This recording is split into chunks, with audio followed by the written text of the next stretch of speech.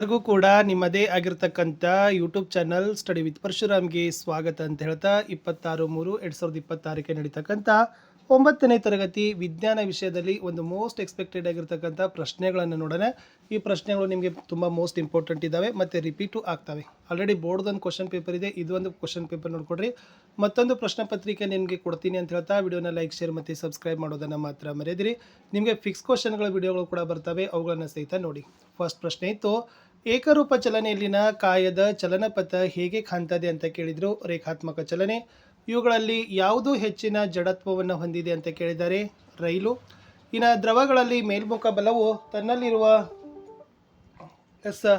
ತನ್ನಲ್ಲಿರ್ತಕ್ಕಂಥ ವಸ್ತುವಿನ ಮೇಲೆ ಪ್ರಯೋಗವಾಗುವ ಕ್ರಿಯೆಯನ್ನು ಏನಂತ ಕರೀತಾರೆ ಅಂತ ಕೇಳಿದ್ದಾರೆ.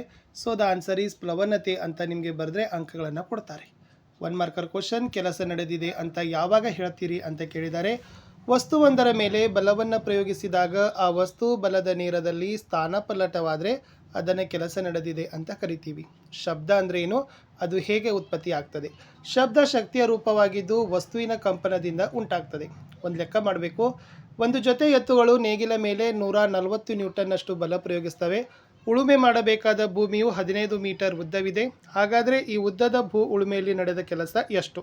ಸೊ ಏನು ಕೊಟ್ಟಿದ್ದಾರೆ? F 140 ಎನ್ನದ, ಎಸ್ 15 ಮೀಟರ್ ಅದ, ಡಬ್ಲ್ಯೂ ಕಂಡುಹಿಡಬೇಕು. ಡಬ್ಲ್ಯೂ ಕಂಡುಹಿಡಬೇಕಾದ್ರೆ ಸೂತ್ರ F × S. 140ನ್ನು 15ರಿಂದ ಗುಣಿಸಿದರೆ 2100 ನ್ಯೂಟನ್ ಮೀಟರ್ ಬರ್ತದೆ. ಅದನ್ನೇ 2100 ಜೂಲ್ ಅಂತಲೂ ಕೂಡ ಬರಿಬೋದು. ಇನ್ನೊಂದು ಪ್ರಶ್ನೆ, ಒಂದು ವಿದ್ಯುತ್ ದೀಪ 10 ಸೆಕೆಂಡುಗಳಲ್ಲಿ 1000ದಷ್ಟು ವಿದ್ಯುತ್ ಶಕ್ತಿಯನ್ನು ಉಪಯೋಗಿಸಿಕೊಳ್ಳುತ್ತದೆ.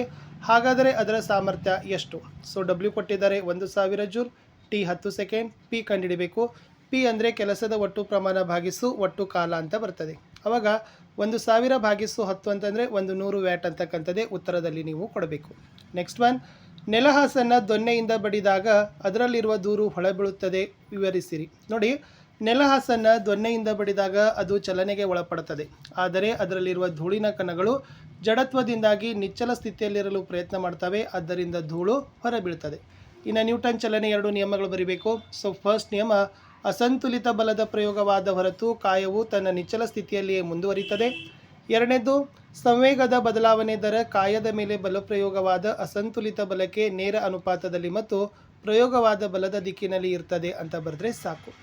ಇನ್ನು ನೀವು ನಿಮ್ಮ ಸ್ನೇಹಿತ ಇಬ್ಬರೂ ಚಂದ್ರನ ಮೇಲಿದ್ದೀರಿ ಅಂತ ಭಾವಿಸ್ರಿ. ನಿಮ್ಮ ಸ್ನೇಹಿತನ ಶಬ್ದ ನೀವು ಕೇಳಿಸಬಲ್ಲಿರ. ಶಬ್ದ ಪ್ರಸರಣಕ್ಕೆ ಮಾಧ್ಯಮ ತುಂಬ ಅಗತ್ಯ ಇದೆ.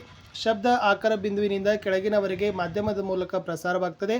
ಆದರೆ ಚಂದ್ರನ ವಾತಾವರಣದಲ್ಲಿ ಈ ಬಗೆಯ ಮಾಧ್ಯಮವಿಲ್ಲ, ಆದ್ದರಿಂದ ಶಬ್ದವನ್ನು ಕೇಳಲು ಸಾಧ್ಯನೇ ಇಲ್ಲ.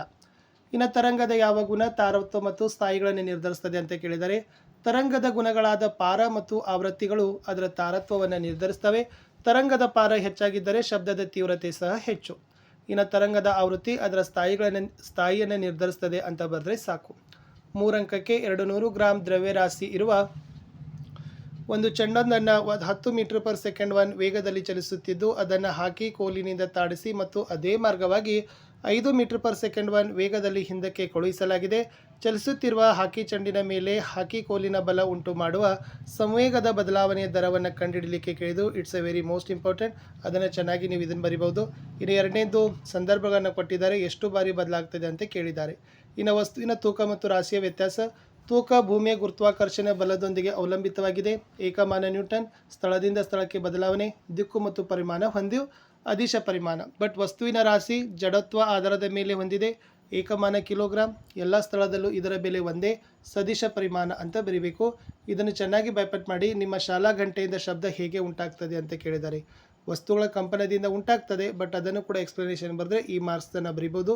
ಇನ್ನು ಶಬ್ದದ ತರಂಗ ದೂರ, ಆವೃತ್ತಿ, ಕಾಲಾವಧಿ, ಪಾರಗಳ ಅರ್ಥ ಬರೀಬೇಕು. ತರಂಗ ದೂರ ಅಂದರೆ 2 ಕ್ರಮಾಗತ ಸಂಪೀಡನಗಳು ಅಥವಾ 2 ಕ್ರಮಾಗತ ವಿರಣಗಳ ನಡುವಿನ ದೂರ ತರಂಗ ದೂರ. ಆವೃತ್ತಿ, ಗರಿಷ್ಠ ಮೌಲ್ಯದಿಂದ ಕನಿಷ್ಠ ಮೌಲ್ಯ ಮತ್ತು ಗರಿಷ್ಠ ಮೌಲ್ಯದವರೆಗೆ ಸಾಂದ್ರತೆಯ ಬದಲಾವಣೆಯು ಒಂದು ಪೂರ್ಣ ಆಂದೋಲನವನ್ನು ಉಂಟು ಮಾಡುತ್ತದೆ. ಒಂದು ಏಕಮಾನ ಕಾಲದಲ್ಲಿ ಉಂಟಾಗುವ ಆ ಆಂದೋಲನಗಳ ಸಂಖ್ಯೆಯೇ ಶಬ್ದ ತರಂಗದ ಆವೃತ್ತಿ. ಇನ್ನು ಲಾಸ್ಟ್ ಪಾರ ಅಂದರೆ ಒಂದು ಮಾಧ್ಯಮದಲ್ಲಿ ನಿಚ್ಚಲ ಸ್ಥಾನದಿಂದ ಎರಡೂ ಕಡೆ ಉಂಟಾಗುವ ಗರಿಷ್ಠ ಪ್ರಮಾಣದ ಕ್ಷೋಭೆಯೇ ತರಂಗದ ಪಾರ. ಇನ್ನು 4 ಮಾರ್ಕಲ್ಲಿ ವೆರಿ ಫಿಕ್ಸ್ ಆನ್ಸರ್, ವಿಶ್ವವ್ಯಾಪಿ ಗುರುತ್ವ ನಿಯಮದ ಪ್ರಾಮುಖ್ಯತೆ. ಸೊ ಅದನ್ನು ಬೈಪಟ್ ಮಾಡಿ. 4.2, ನಮ್ಮನ್ನು ಭೂಮಿಗೆ ಬಂಧಿಸಿರೋ ಬಲ, ಭೂಮಿಯ ಸುತ್ತ ಚಂದ್ರನ ಚಲನೆ, ಸೂರ್ಯನ ಸುತ್ತ ಗ್ರಹಗಳ ಚಲನೆ, ಸೂರ್ಯ ಮತ್ತು ಚಂದಿರದಿಂದಾಗುವ ಉಬ್ಬರವಿಳಿತಗಳು ಅಂತ ನೀವು ಬರೀಬೇಕು.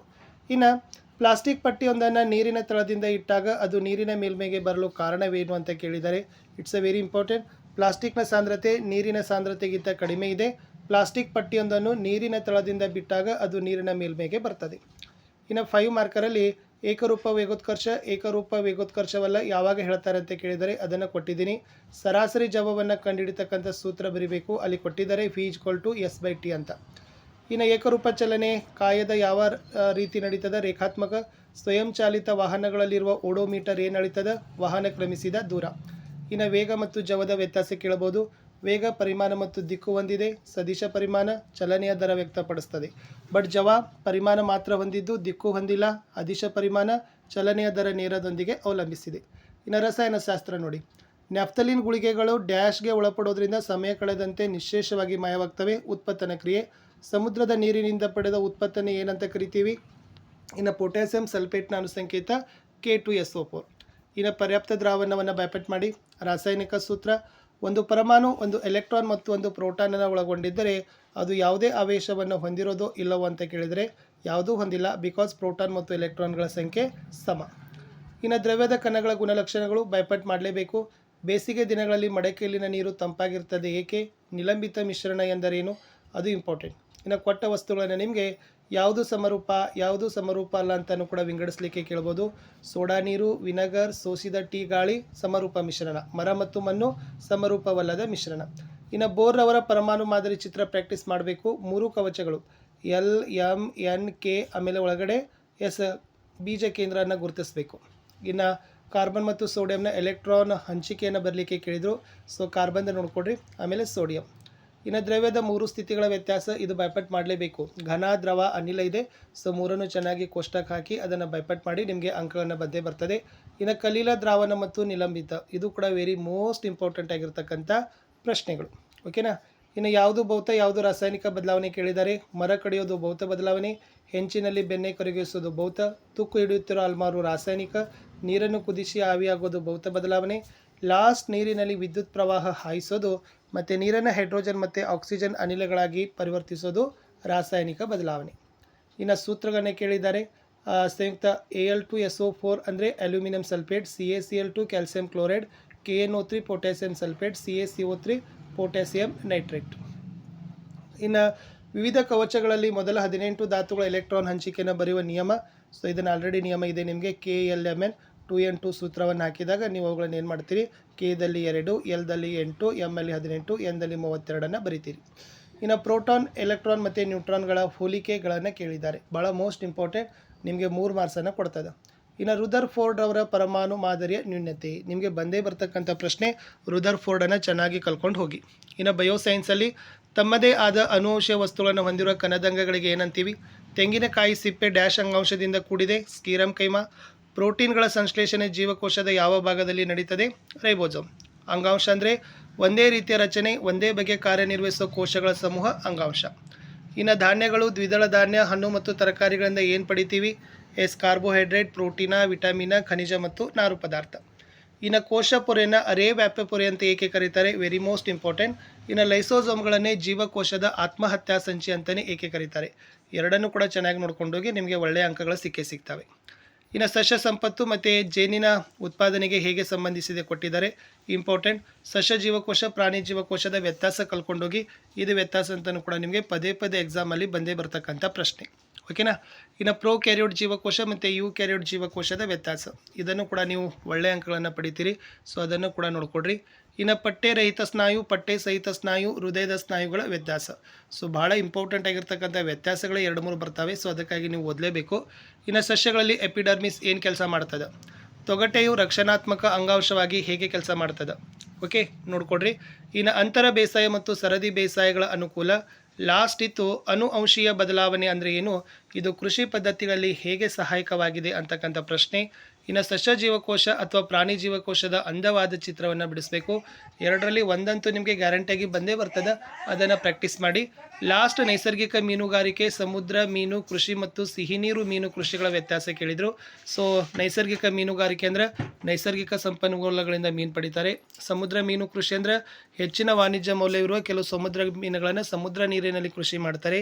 ಸಿಹಿನೀರು ಮೀನು ಅಂದರೆ ಕಾಲುವೆ, ಕೆರೆ, ಜಲಾಶಯ ಮತ್ತು ನದಿಗಳನ್ನು ಒಳಗೊಂಡ ಸಿಹಿ ನೀರಿನ ಆಕಾರಗಳಲ್ಲಿ ಮೀನನ್ನು ಕೃಷಿ ಮಾಡ್ತಾರೆ.